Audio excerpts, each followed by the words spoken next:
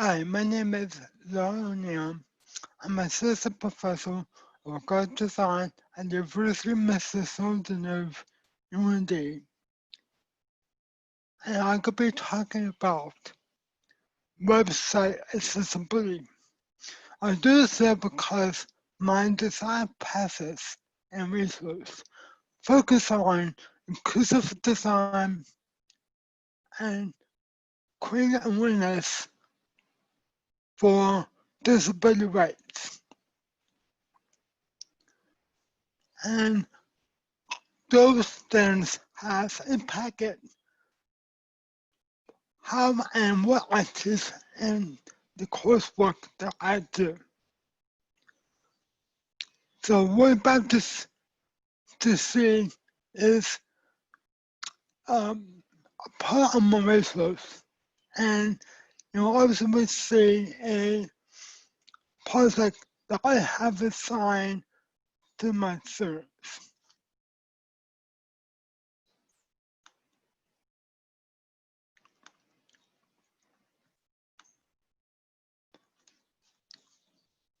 So the title of my presentation is Website Accessibility, Teaching Inclusivity with Human-Centered Approach.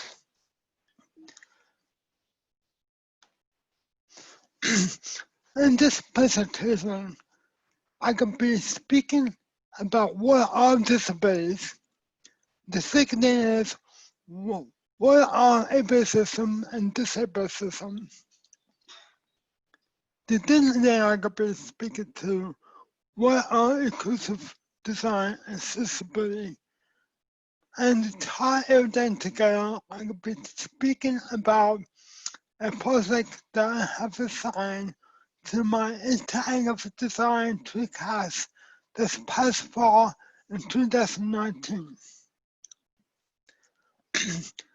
So to begin, what is a disability? A disability can take multiple forms. It can be physical. It can be affects your surgeries. It can be international. It can also be impacted by your health and other conditions they might have over their lifetime.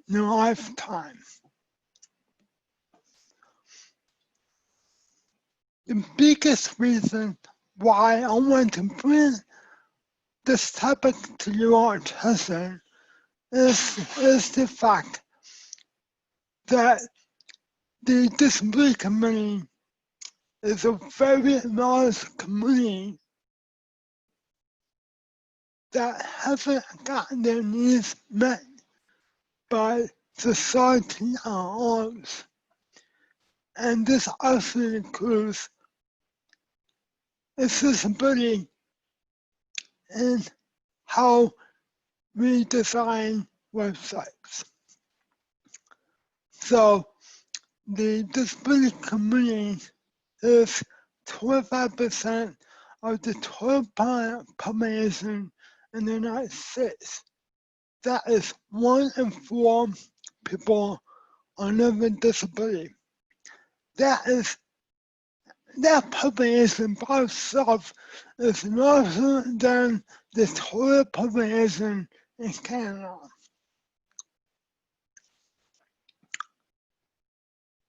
So a disability, a permanent disability can happen at any time in your life. It can happen at birth, it can happen in middle of life, or it can happen later in life. It can be caused by a whole range of different possibilities from illness and injury or age.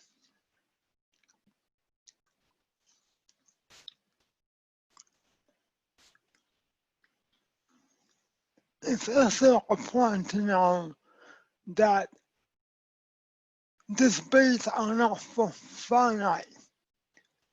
That our abilities don't stay the same for all lives. we develop new abilities, and we lose abilities throughout our time.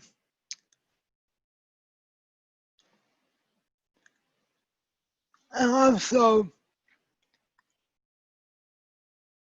our ability contains and situations.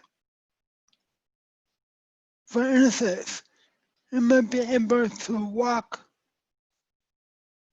on the sidewalk, but it might be difficult for you to go up a set of stairs. So I want to point out to you again how big the disability community is in the United States. It is the third largest market segment in the United States. 33% are heads of the household, which means that they buy things for the family. They make primarily the decisions for the families. So if you're making a website that's not accessible, then you are not using an honest population of the United States.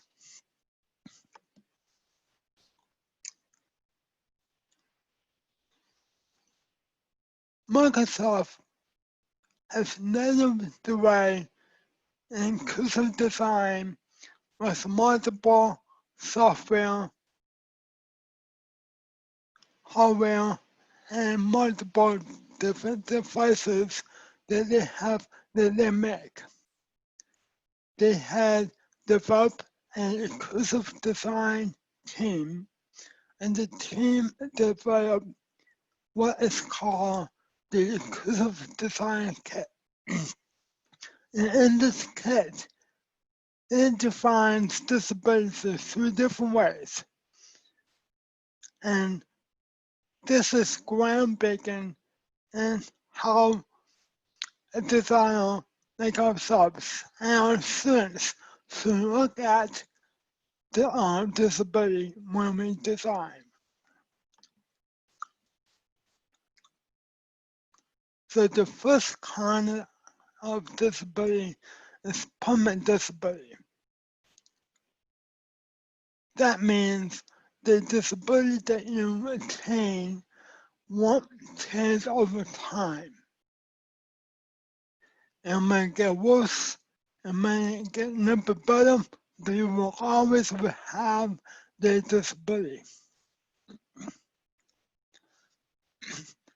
The second kind of disability that Microsoft Inclusive Design Kit has defined as temporary disability.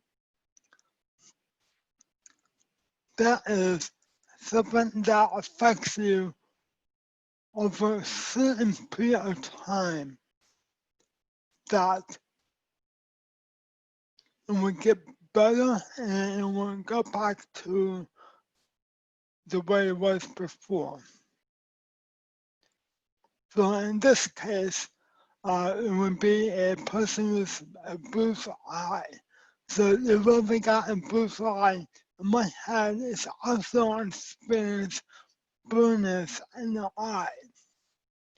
And once the swelling of the eye goes down, your eyesight will go back to where it was before it got injured. The other kind of disability that the toolkit has defined is situational disabilities. So, and these kinds of disabilities are not affected by a person's physical means or capabilities, but how they interact with the environment around them. So in this example, a situational disability can be when someone in front of you is blocking the view of something they want to see. It has nothing to do with the quality of the sight they might have, but the fact that there's something in the way that's preventing to do what you want to do. To better understand in great detail of what is a disability, I like to speak about different models of disability and how they might impact the way that we design. So the first model is the social model of disability.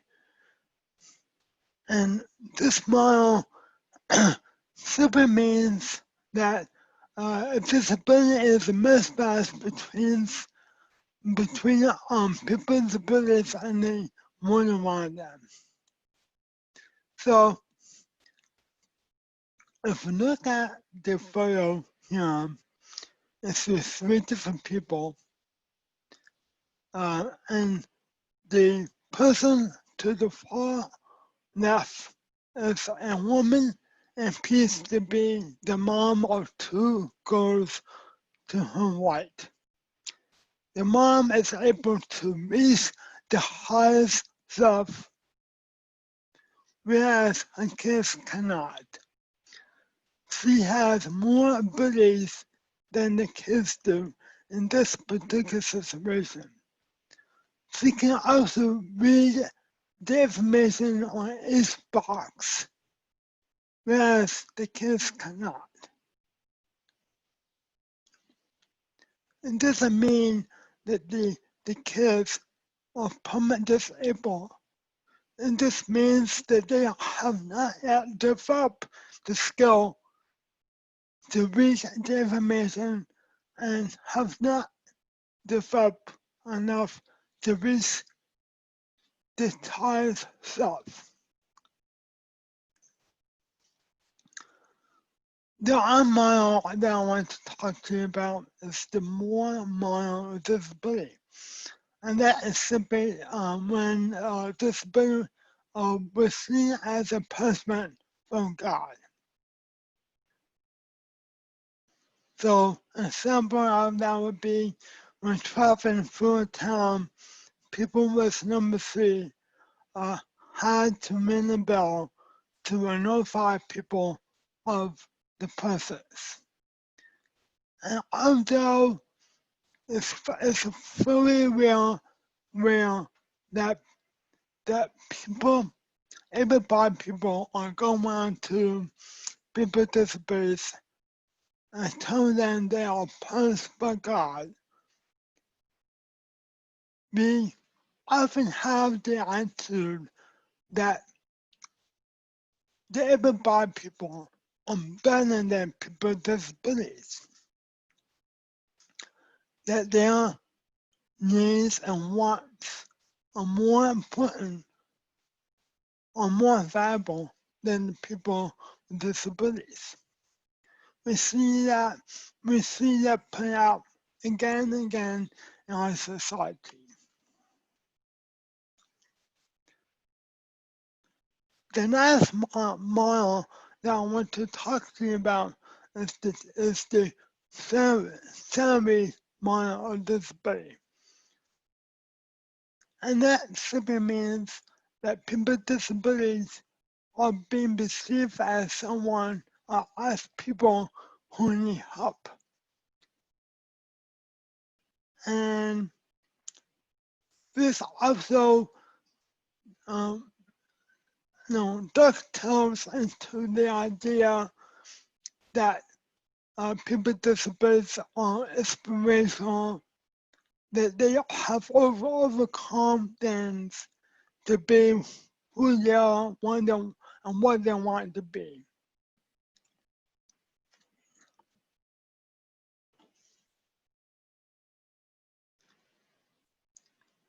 The next thing I want to talk to you about is what is ableism and disableism.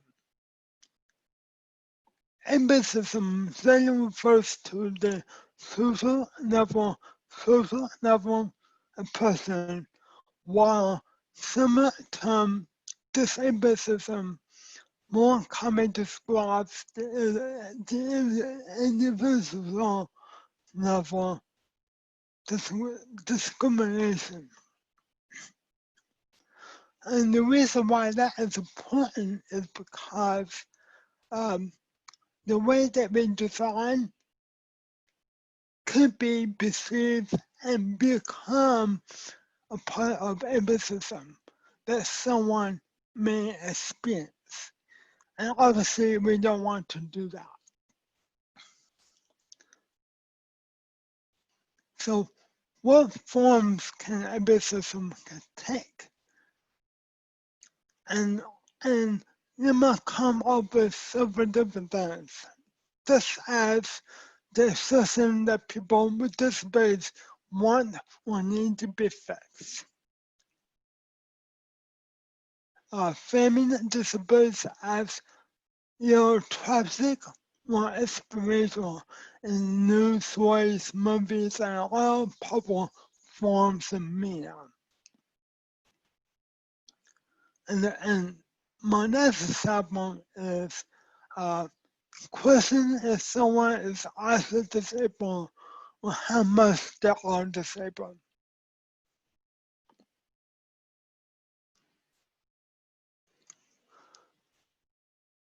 What are other forms of ableism? And the examples that I'm going to show you are design motivated.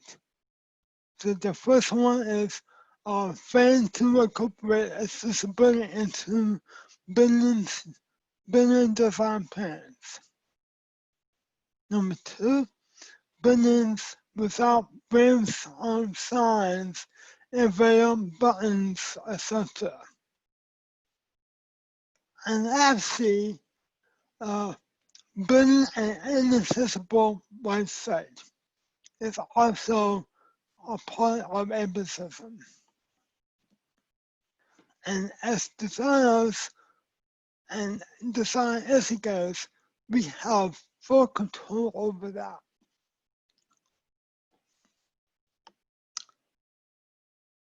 So throughout my research, I studied over the topic of accessibility and inclusive design. Oftentimes people can get confused. Sometimes they perceive that accessibility is also the same as inclusive design, uh, but there are actually two different things.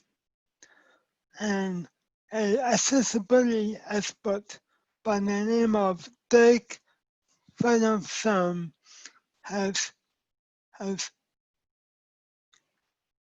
said defines these two different things in the most simple basic terms. That is, accessibility is an outcome.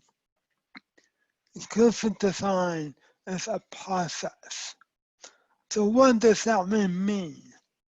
Well, inclusive design, that is the process of design for user diversity. It is a methodology that is human-centered. These solutions bring applications made for people with disabilities to the general public so that all people can use them. Thereby, because of the applications, become the social norm, people with disabilities are no longer seen as outliers. And so if you think about different examples of inclusive design, one would be the the top wire, that it was originally designed and made for a person who was uh,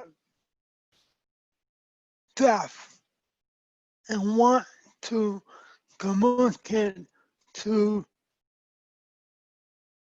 other people, that they made a device known as the top wire. And the top wire went on to become what it is today. So going back to this quote, accessibility is an outcome. Inclusive design is a process. So this defines accessibility. Accessibility is the result of removing usability barriers for information, products, services, digital, and physical spaces. And that all can happen if someone or a design team use the process of inclusive design to afford a more confusion and observe how these two different things, accessibility and inclusive design, works together. I have developed a term that describes the process of design. This is the process of inclusive design and for accessibility outcomes. And that term is called ableist design, because that is what both accessibility and inclusive design is trying to do. It is designed for people's abilities. So now that I have discussed accessibility and inclusive design in broad terms, I'd like to discuss them in more detail. One of the details that I want to discuss is what is called WCAG. WCAG stands for the Web Content Accessibility Guidelines. They are the international standards set by the WCAG for web accessibility and inclusivity. The WCAG 2.1, this is the latest version of WCAG. It is based on 4 different principles: decipherable, operable, ensemble, and robust.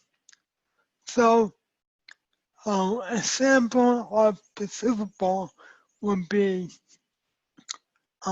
does your website design? Does it look like it's too hard to use?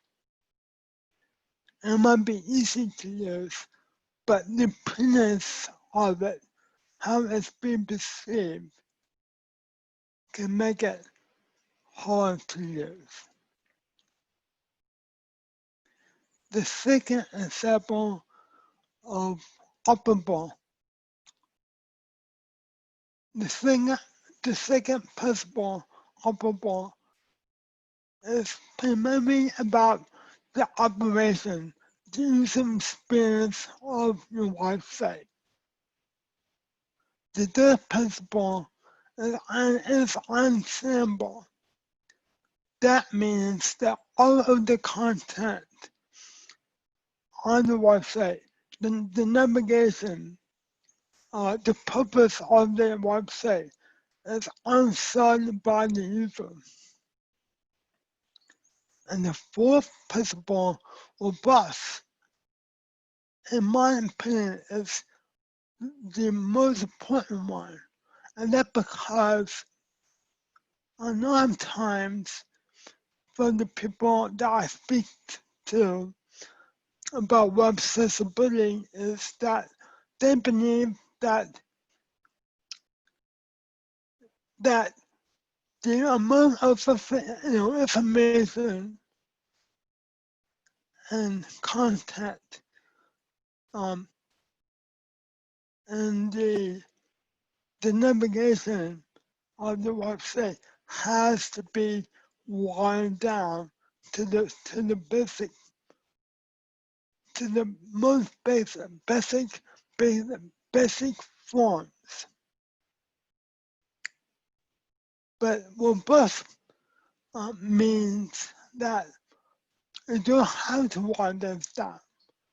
That you can simplify a great amount of detail and broad information without losing or impacting the person's ability to use the website that you have designed. Why do I teach WCAG?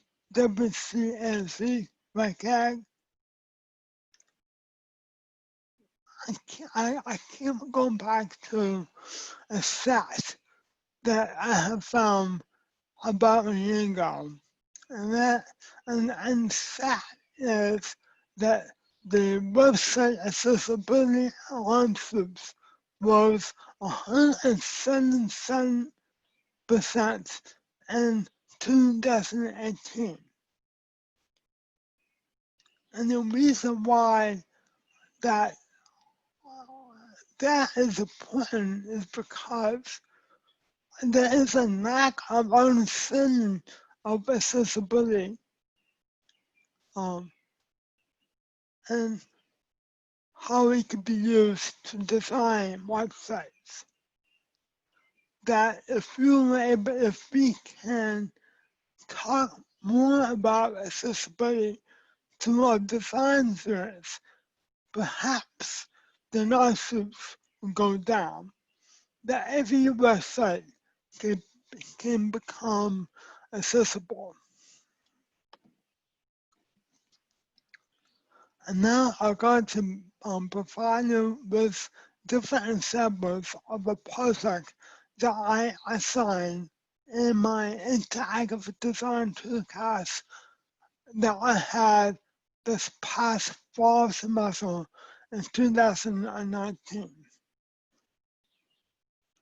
In this project, students prototype and redesign the News to Boom website. The News to Boom is the primary newspaper for the city of the News. It is one of the major news outlets for the city and the surrounding area of the News. And I asked them to redesign that website because the website does not contain most accessibility or none at all to people with disabilities. In this project, students learn how assistive technology and WCAG 2.1 make websites more accessible for people with disabilities.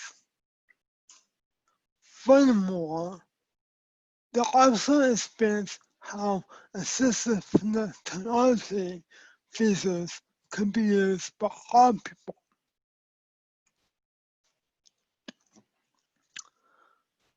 It may be asking, was the disability community involved?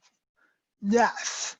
Students consult with the National Center for No Vision in the North Minnesota. They learn about assistive technology and conduct software interviews with the center staff and clients. So the center has a whole area in the office where it is totally devoted to assistive technology. And the center walks through the students and every kind of assistive technology and how they could be used by people with no vision who is blind so that they can use websites. To begin the design process, they want it took them into multiple phases. The first phase was brainstorming. And in this case, they did a lot of mind maps. They also conduct a lot of user experience research. In the example to the left, they map how a person will come into contact with the website, and how they will navigate through the website to attain the content they don't want to see, or content maybe they don't know that they want to see, but will find interesting to read. And they also went through a comprehensive design development process. One of the first things that they did was before they even got to the computer, they prototyped the layouts with people. They use markers, pens, tape, and so on to mark up the pieces of their website redesign. And we're about to see are different designs made by different students. So the first student I'd like to talk about is Zach. Well, the layout is broken down into different modules with spaces between them. And he did so that a user could focus on one thing at a time, and not have the eye go all over the page. Then they can focus on one particular content seen on the page.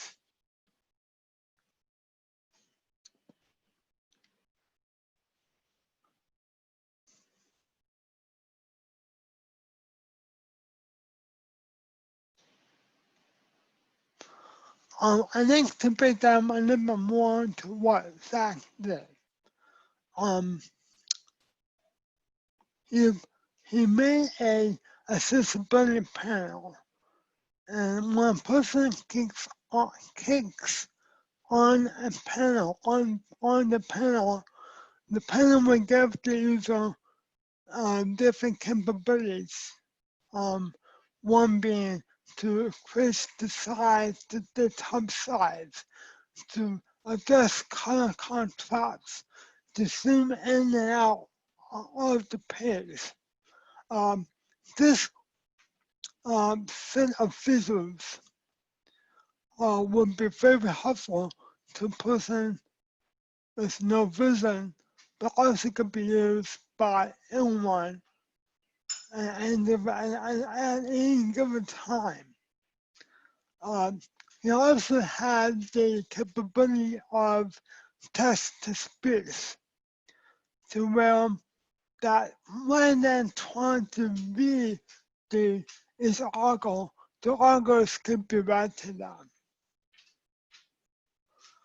So if reading is too difficult for any reason, or if the user cannot read the article, but maybe have the time and ability to listen to the article, they can have the article read to them. And lastly, he also made sure that the buttons look like buttons and that they were big enough that they could be clicked on, and that once it is clicked on, it would cause an action to take place, to go to a different section of the website or go to a different page. The next thing that I'd like to talk to you about in home design is making models. Making a create a whole system where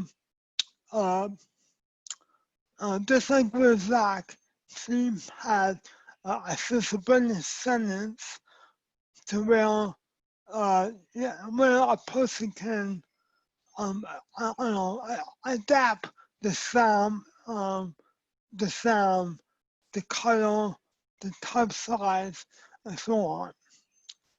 But as you go down the homepage, you see 3 different categories: business, sports, community, and that a person can go directly into the part of content that they want to see in each category.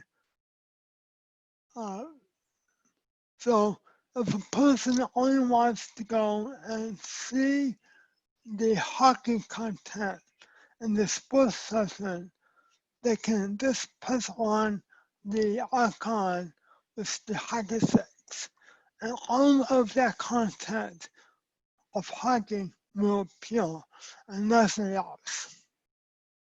So it's an easy to use navigation system that she had made. This is an example of a web page of home redesign, where the panel on the left can go in and out, and that the page has a lot of white space. And just like it was on Zach, the student before, you know, she allowed the article to be read to people if they choose to do so. And this is a another page of a web design, redesign, you know. And lastly, I want to talk to you about benzene. You know, just like with Zach and Megan, you also create a panel to where the users can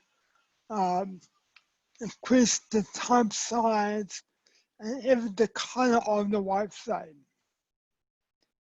You also give the user the capabilities of controlling volume and so on and so forth.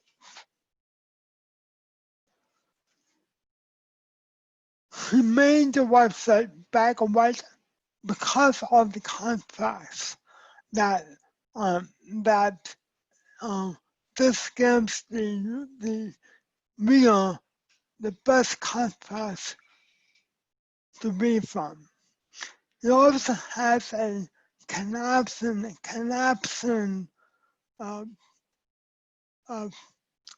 buttons that condense the page, and this is important because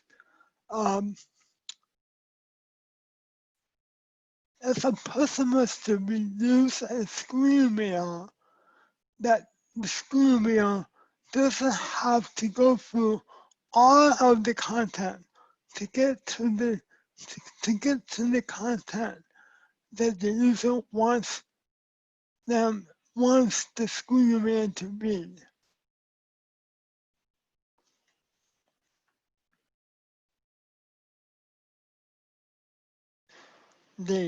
Now that the type is bold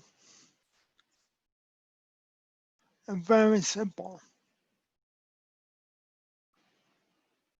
So I will end on this note that as we go into the fall semester of 2020,